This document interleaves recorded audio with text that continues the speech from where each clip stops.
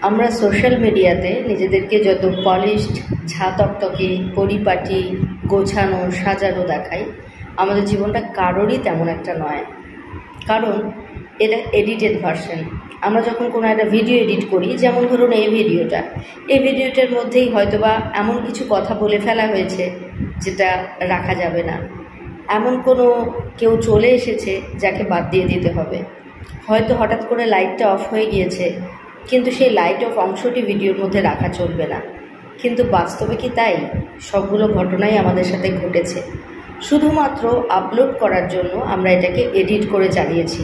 আমরা সোশ্যাল মিডিয়াতেও ঠিক তেমন। যাদেরকে আমরা যত আনন্দিত দেখছি, খুশি দেখছি, তারা আসলেই যে সকলে তেমনটা আছেন তা নন। তাই অযথা কাউকে সোশ্যাল মিডিয়াতে দেখে হিংসে করার কোনো কারণ নেই। সকলের জীবনেই কিছু কিছু অংশ আনন্দের আছে, কিছু কিছু অংশ দুঃখের আছে।